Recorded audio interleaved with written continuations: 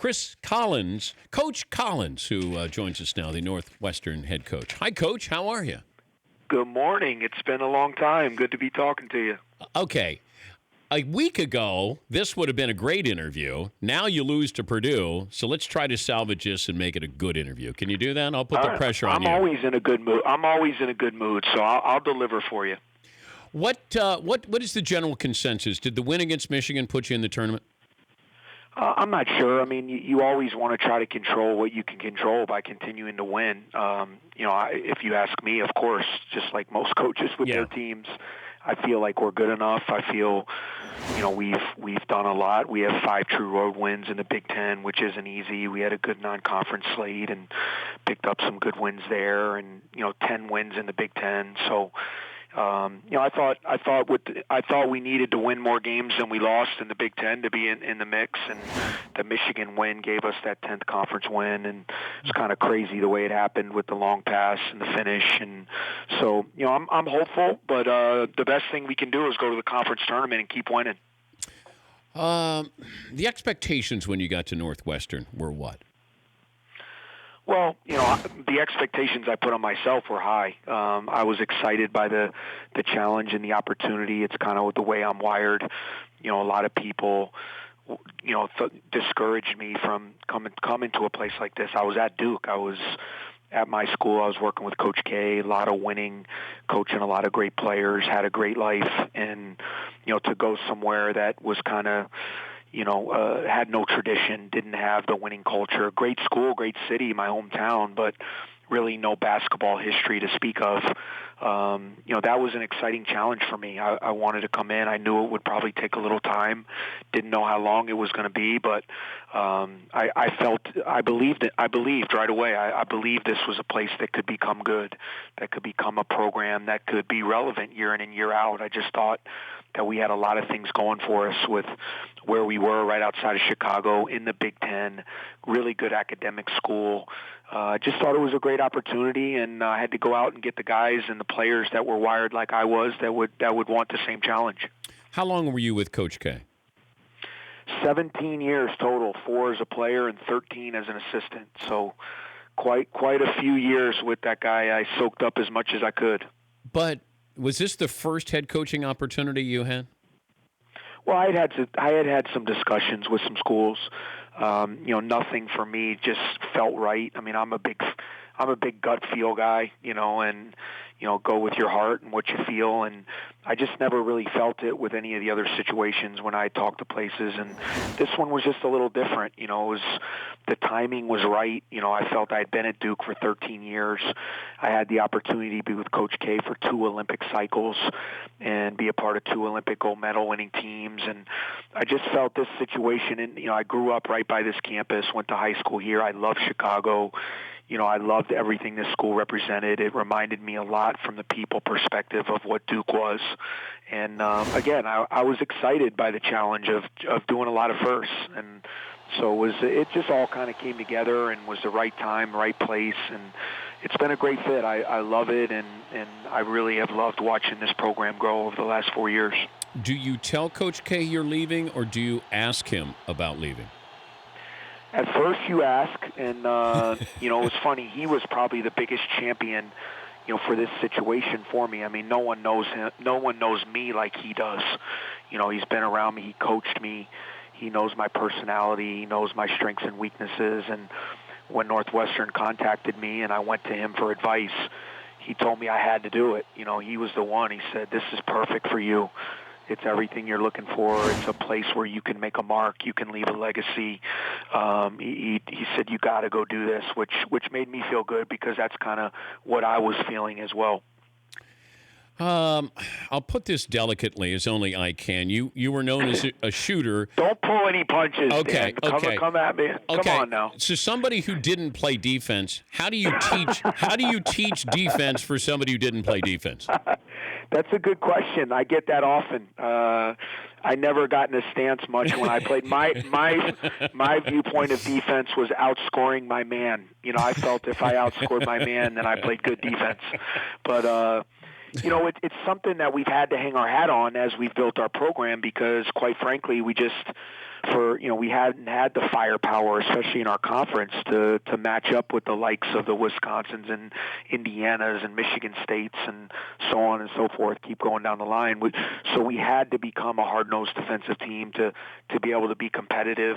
I think it's become part of our identity, which, like you said, the people who know me best can't believe that we're like a defensive-minded team. But I'm going to keep fooling them while I can. He's Chris Collins, the Northwestern head coach, joining us, Dan Patrick Show. The best shooter on the team right now, you included, is who? Me. Yeah, that's what I thought. So I was going to ask you if the coaches were included. Oh, absolutely. No. Should I take myself? Look, Dan, I have a thing in my family, and my kids and wife get really mad. I always tell them when we compete at home, whoever gets second place in the board game or the competition or the video game actually wins because I always win. I always mess with the guys. I never had great foot speed, so I can't really play anymore anyway. But I can still outshoot them. But hopefully there'll be a day where some guys on the team can outshoot me. That would mean that we're a pretty good team. My wife brought this up to me over the weekend about being competitive. I told her I'm trying not to be as competitive, and she said, the person who talked trash to your kids doing chutes and ladders in Candyland, and that's true. They were like 5, and I'm in their face mocking them doing Candyland. So it's tough to let go. Okay, also, Julia Louis-Dreyfus' son is a walk-on the team. The first meeting you had with her, how did that go? Obviously, I'm a big fan of Seinfeld, and I've loved watching her. And so they come in and sit down, and they couldn't be better. Charlie Hall's parents, they couldn't be better people. Brad Hall, who on old Saturday Night Live, really good writer, producer, actor himself, and then Julie. I mean, they're just normal parents. They came in very understated. They're so proud of their son. There was no awkwardness. They all are quite funny, though. Maybe that probably doesn't surprise you, but they're very entertaining and funny, and they're just great people. It's been awesome to have Charlie in our program, and they're at a lot of the games.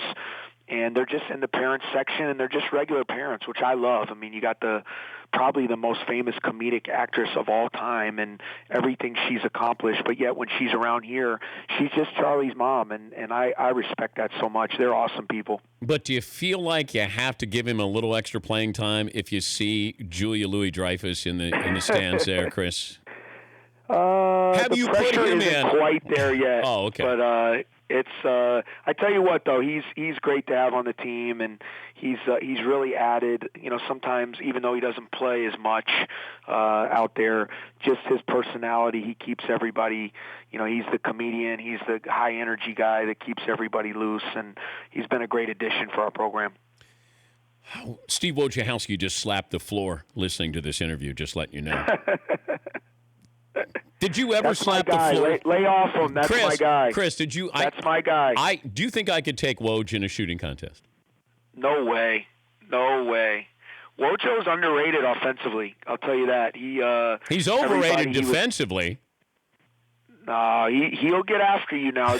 I'm the wrong person to attack Wojo. I'm going with Wojo to the death. So I'll defend that guy till the day I die. He's a brother to me, and I know we're just teasing, but I'm so proud of him. What he's doing at Marquette, and we spent a lot of years together. We were teammates, and then coached together for 13 years, and we've been in a lot of foxholes, and there's nobody that I'd rather be in a competition, in a battle, in a big game with than that guy. He's a great teammate and a heck of a fighter. You got a little serious there on me, Chris. All right. I did, because that's my guy. Yeah. All right. If I took all the former Dukies right now and we're going to have a shooting contest. Yes. I can't put Redick in there. Wait. You can't put Redick in there? Do you want to put Redick in there? I mean, if you do, it's pretty much a no-brainer. Okay. I mean, can I put myself? You're in. Myself in there? Yeah, you're in. But do you want a piece of Redick? I mean, I don't. Redick is kind of. What I have with Redick. Redick and I are like brothers. I was fortunate to help recruit him, and I was in his wedding, and we're very close. And I have that big brother thing on Reddick. So even though he's like, how the little brother, no matter how good the little brother gets, you just can't beat big brother. So, Reddick became the player that I always wanted to be. Coaches say that all the time. When I would watch him play as a junior and senior, he was the guy I wanted to be. I just wasn't quite good enough to do that, the way he played, all those things. But in competition, I still have that big brother syndrome on him. So I still like my chances against Reddick in a shooting competition, to answer your question. Do you teach the fake charge that now there's a class at Duke to teach you how to take charge? To take a isn't there a charge taking class there at Duke like fake, like dramatic? Is there an actor who teaches that? Do you do that at Northwestern? If I told you all those deep dark secrets, I'd have to kill you, Dan. So I'm gonna have to keep that in the walls. You never took a charge though. Why get dirty? No, there's no reason for that for you. No, I just wanted to score. Absolutely. Absolutely. And you've done a great job. It's really been an incredible story.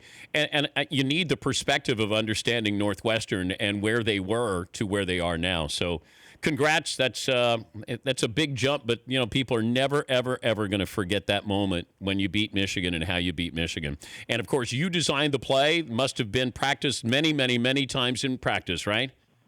Absolutely not. Actually, it was crazy. That was a spur of the moment, put together play. My assistant coach actually kind of is in charge of all our special situations, long passes, late game plays, and he drew it up, and it worked to perfect. You rarely see those plays work. Maybe 1 out of 20 or whatever, but it worked that night and was just a magical night. To do it at home, and I think everything that the game, the implications that game had, it's one of those memories in our program. I hope it's just the beginning, though. That's, to me, we're just starting where we ultimately want to go. So, was an amazing night, really fun time, and just excited to go into postseason. What a time of the year.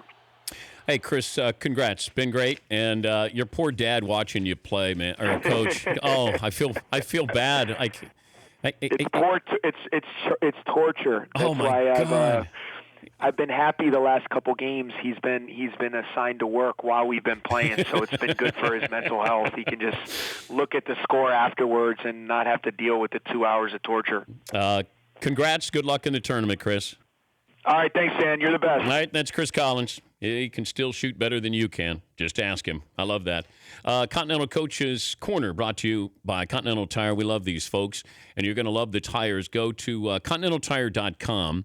Continental Tire for what you do. No matter what it is, any questions, if you want to get the best tires, if you're rotating tires, they have advice for you on all of these items. It's ContinentalTire.com, Continental Tire for what you do.